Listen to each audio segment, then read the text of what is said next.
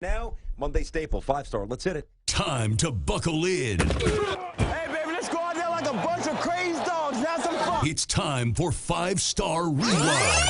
Hello? Tiki and Tierney's top 5 games from this past weekend. I'm just about that action, boss. Here we come. It's a man's game now. All right, Tiki, here we go. As always, we jump on the Sunday night stage, and the Steelers delivering an absolute beatdown. This punt by McAfee is a hanger, taken at the 29 by Antonio. Starts to his left, comes upfield, up over the 35 to 40, the 45 to 50. Cuts inside the punter. He is going. He is going. He's gone. Antonio Brown. A punt return for a touchdown, and he ties Antoine Randall L. for the most in Steelers history. Unsportsmanlike conduct by the return team, number 84. Using the goalpost as a prop. When you're whitewater rafting, they tell you to keep your legs together because you don't want to romance the stone. That was romancing the goalpost. Illegal celebration, humping the pad on the goalpost. That's how it sounded there. Bill Hillgrove, Steelers doing their thing, and the Steelers really, after a little flirtation with a competitive game, they just waxed them. Yeah, they really did. And this Indianapolis Colts team led by Matt Hasselbeck. Oh, they're going to win with Matt all the time because he doesn't make mistakes. Well, when you get down on his throat, look, they did. 5 sacks on the day. Not all of Matt Hasselbeck, by the way, who was knocked out of this game. Charlie Whitehurst had to come in. 2 interceptions that the Steelers defense came away with. They're in the top 10 in scoring D in the National Football League. But the story is Antonio Brown. This guy is the most dynamic and explosive weapon that any offensive coordinator could want. And here's why, BT. He tracks the ball so well. Like, his eyes are steady when he's running. So those deep balls, even if it's contested, he's going to catch. Antonio Brown is a game changer for this Pittsburgh Steelers offense. With Ben Roethlisberger healthy, D'Angelo Williams running the rock, they're the most dangerous team right now in the AFC that's not fully in playoff contention yet. Big Ben, 24 for 39, 364, the 4 touchdowns. And listen, everybody knows I'm a Jets fan. I'm dying for the Jets to get back to the postseason. But looking in the mirror, I mean, the Steelers are infinitely better. And as a football fan, if they're not in the tournament at the end, wouldn't seem right. We'll see how it plays out. Again, Bill Hillgrove doing his thing, Steelers Radio Network. Meanwhile, speaking of the Jets, a battle from New York with some postseason implications and a big decision. First, not going for the field goal. 4th down and 2 at the Jet 4-yard line. I can't believe Tom Coughlin wouldn't just kick a field goal here and take a 13-point lead over the Jets, who have only scored 10 points. Vereen to the left of Manning in the shotgun. Jets show blitz. He takes the snap, drops back, under pressure, throws it right, picked off, intercepted at the goal line by Miles. All right, so a big defensive play there by the Jets. Also a kind of an easy play call. Teak, I'll let you detail. You tell me that before the show.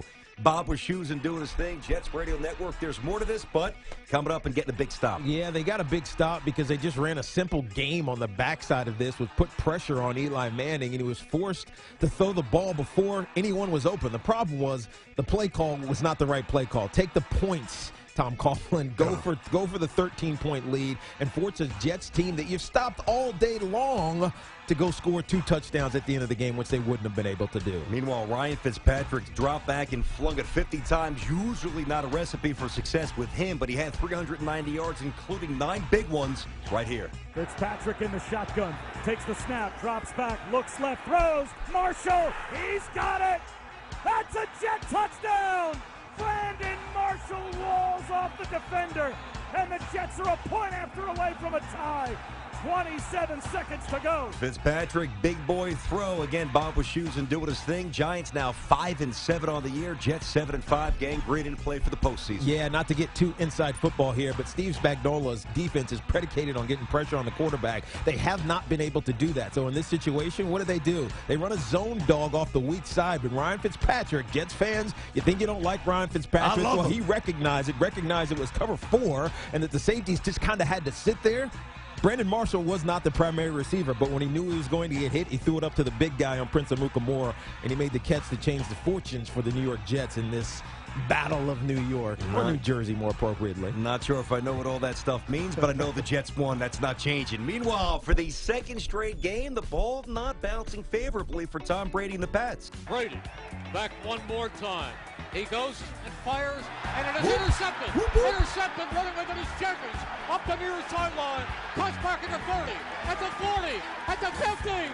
Malcolm Jenkins is going 99 yards for a touchdown. Ah, good stuff right there. How about Merrill Reese? You know his voice. That score made it 21-14, all said and done. Hey, the Pats had a shot. They were down 7 with the Rock. Couple of dropsies, though. Not going to cut it. 35-28, the final. Big win for Chip Kelly. Yeah, when you look at this from a New England standpoint, it was all about the mistakes. The drops that BT has mentioned. There was also a blocked punt for a touchdown right before halftime. Then an INT that we just heard for a touchdown. Then a punt return for a touchdown. Then an interception by Tom Brady. Nothing went right for this team. When you start to lose talent, it's very hard to be competitive week in and week out. On the other side, I think that midweek, come to Jesus conversation that they had in Philadelphia made a big difference for this team, because the plays that we were just alluding to, those don't happen without great effort. Teams that have great effort haven't quit on their coach. This team hasn't quit on Chip Kelly, and more importantly, they're right back in the playoff conversation, surprisingly, at 5-7. Despite the narrative that's been created, Tiki's right. They didn't cash out, because if they did, there's no way they would in that game.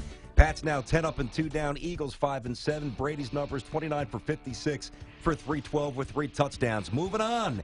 In New Orleans, hey, Teddy Ginn dropped a couple, but he also caught a couple. Newton fakes play action, backs up deep, lofts a long pass. Ted Ginn struck in, and he's got it for a touchdown. He ends up with a linebacker on him. I think it was Anthony. And Anthony didn't even bother chasing because he knows I'm not going to catch Ted Ginn. This was an awesome game. 41-38 the final. Carolina still unblemished. 12 up, none down. New Orleans 4-8. Cam Newton shipped the MVP. It's his. If Ted Ginn Jr. could catch, he would have had 250 yards and 4 touchdowns in this game. When you look at who Cam Newton has become, it's one of those guys whose completion percentage isn't high, and we knock him for that and say he can't be the MVP. But you know why his completion percentage isn't high? Because he doesn't make stupid throws. He'll throw those balls away as opposed to throwing stupid passes into coverage that lead to turnovers.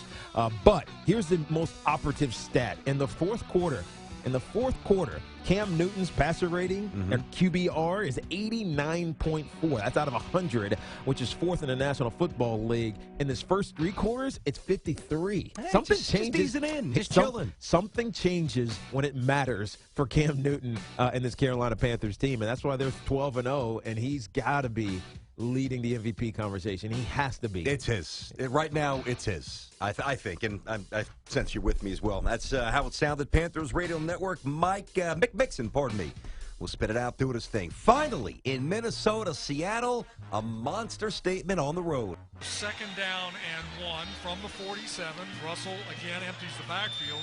He's got 3 receivers near side, 2 to the far side, and he'll go out of the shotgun. Takes the snap. Here comes the blitz. Throw down the middle. Doug Baldwin at the 30, 25, 20, 15, 10, 5. Touchdown, Seahawks. That's how it sounded on the Seahawks Radio Network. Steve Rabel. Hey, listen, Teak, this was really, by the time they left the tunnel, this one was pretty much over. Just a complete annihilation from kick to really final gun. Yeah, right. When Adrian Peterson has 8 carries for 18 yards, the Minnesota Vikings are usually not going to win. On the other side, Thomas Rawls, Marshawn who? 119 carries, 101 yards, and a touchdown. And Russell Wilson goes bonkers again through the air, 274 yards and 3 TDs. This top 5 defense is getting matched, interestingly, with a top 10 offense. I wouldn't have guessed that for the Seattle team, but they are dangerous right now. Even despite their slow start at 7-5, the Seattle Seahawks might be the team to reckon with in the NFC. Hey, man, I know that I'm going to be getting God, but before I'm getting God again, you're going to get God more than I get God. I know I'm they don't going to really get miss God, him. but I'm going to get mine more than I get God, though. I mean, I can listen to that all day. I mean, he is a unique guy. Big win, no doubt, and an alarming defeat for the Minnesota Vikings, who just didn't play very well. Again, Seattle Seahawks Radio Network on the call. Steve Rabel doing his thing.